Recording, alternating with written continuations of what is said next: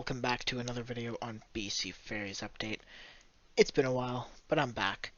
We're going to be talking about the Super C class vessels or the Coastal class ferries, depending on how you want to say it. All ferries were built in Germany, which is a divergence from most other vessels that were built right here in British Columbia. We're going to be looking at amenities, routes, and why they were built, as well as how they're going to look into the future and how they fit into the fleet. Sit back, relax, enjoy. I hope you have a lovely time. Here we go. Alright, so the Coastal Renaissance is a British Columbia ferry vessel that is currently operating on the, well, as we speak, currently operating between Tawasin and Victoria Shorts Bay, but not normally. It is typically on the Horseshoe Bay to Departure Bay route, but because it just finished a refit, a major service that cost over $3 million and took the boat out of service for 7 months, it's currently placed on a little bit easier route going through active paths with a little bit less wind. Although Tawasin is known for its strong wind being out in the middle of the ocean, this ferry is one of the better ones. It has a 310 car capacity, a maximum speed of 23 knots, and it has over 1,600 people available to be on board at one time. It has an overall length of 160 meters. It does have all your regular BC Ferries amenities like the Coastal Cafe, the gift shop, the Coastal Cafe Express, which is currently closed due to COVID, the Sitka Coffee Lounge, which serves Starbucks, and the Sea West Lounge as well, which, yes, it does have, but it is a little bit strange. It has the kids area, the pet area, workstations, elevators, the whole lot. The ferries were all built in 2007 and 2008, which makes them newer for the BC Ferries fleet. A little bit of a change from the 1970s and 80s ferries we looked at last time. Alright, coming up we have the Coastal Celebration. This boat here is the Coastal Celebration, a picture of it right there. Currently and typically serving on the Tawasin to Shorts Bay route. That is its main route. It has been since day one. It has the same amenities as the Renaissance. This one was finished in 2008, 160 meter length, 310 car capacity, same, just over 1,600 crew and passenger capacity and 23 knots as its maximum speed. Now, these are all ro-ro vessels just like the C-Class, which is why they were meant to replace those vessels in the earlier years of the 2010s. But things didn't work out the same way as BC Ferries wanted them to, and the C-Class are still chugging along as they have been for over 50 years at this point. We're going to get to why in just a second. The unique things about this ferry and the other two in its fleet are there's two passenger decks, a larger Deck 5 and Deck 6. Deck 6 will have the cafeteria, or whatever you want to call it nowadays, as well as the main amenities on board, but Deck 5 will have the most seating.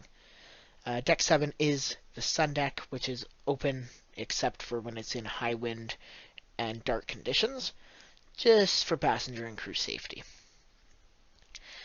As we're seeing now, we're getting a walkthrough of the ferry here. That was the Sitka Lounge, where they serve Starbucks drinks nowadays, and the Sea West Lounge is just your right as you pass by. Again, it's very similar to the Renaissance in almost every single way. Now, these ferries were built to replace the V-Class, or the Victoria-class vessels that were running on the Shorts Bay to Tawasin route for many decades. That would be the Queen of Victoria, Queen of Vancouver, and such. Other vessels like the Queen of Esquimalt were an earlier version of that fleet. The last one remaining would be the Queen of New Westminster, but that's had a total refit, and we'll get to a video on that in the future. Thing is with these ferries, as we'll see with the Inspiration coming up right now, is that these routes are the main Vancouver to island routes that they're known for. Now, the Coastal Inspiration is known for helping the Queen of Alberni along for many years on the Tawasin to Duke Point route, which the Queen of Alberta used to do all by its lonesome.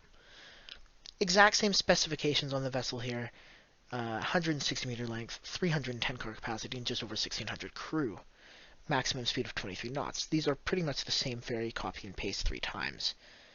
Now, this one is a little bit different because it serves mostly in open waters. The Inspiration is one of the vessels that will serve the truck route, which is considered Duke Point to Tawasin, even though trucks are allowed on all other the main routes between the island and the mainland. These will all have the same amenities on board, and if you were transported with no signs on board, you really wouldn't be able to tell unless you looked at the artwork very closely. Speaking of the artwork on side of the vessels, it's Olympic themed. 2010 had the Vancouver Olympics, and these ferries were brought in just before 2008, 2007, 2008, and they were supposed to help with Olympic traffic coming from the island. Definitely did help slightly, but not enough. They only made 3 of them and pretty much cut right after that. They haven't really had a major change inside. They look practically the same as they did when they were built, even still having most of the Olympic stuff on inside as well as on the outside. This does make them a little bit hard to consider them new nowadays. We are 14 years off at the current time of speaking the Olympics, meaning they probably need a little bit of a renovation. Whether that be just blue, white, classic, which would be the preference, or painting it in a First Nations mirror, whatever BC Ferries wants to do, like their new vessels. Anything would be better than having 2010 Olympics plastered on the side 14 years later. Now, thing is with these boats, there's plenty of places to sit.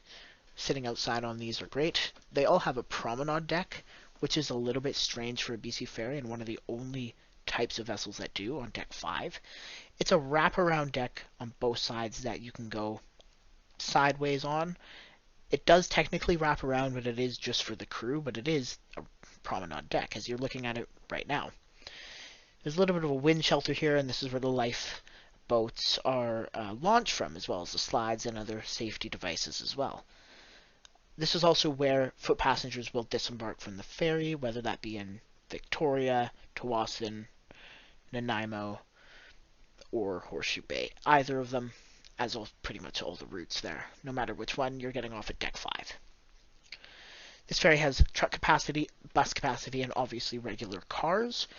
Most of the people on this ferry, however, could be walk-on. The Victoria to Tawasin and Tawasin to Victoria vice versa route is a very popular walk-on route, as it's super easy to get either downtown Vancouver, into Surrey or Richmond, or into downtown Victoria, just on the bus or the BC Ferries connection. They still have the classic Orca Otter theme that the original C-class vessels had, so that you know where you are on the boat and also what deck you're on. Like all other large BC Ferries vessels, the lower passenger deck, which would be the belly of the boat as we would say, is closed during the voyage nowadays.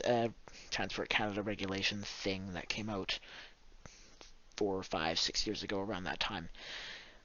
Top deck though, that would be deck 4, the main vehicle deck, is still open as it is not airtight and there's no doors on the end, so you can sit in your car all you like.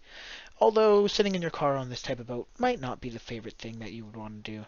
I probably would come up and take a look at the amenities, have a comfier seat, whatever, get a coffee, such and such.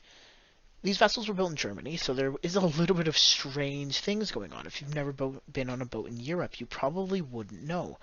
But the fire suppression system on this boat is technically not regulated in British Columbia. It's a vessel, so it's a little bit of a different law. But it is strange. We're going to go down to the upper passenger vehicle deck, which means deck 4.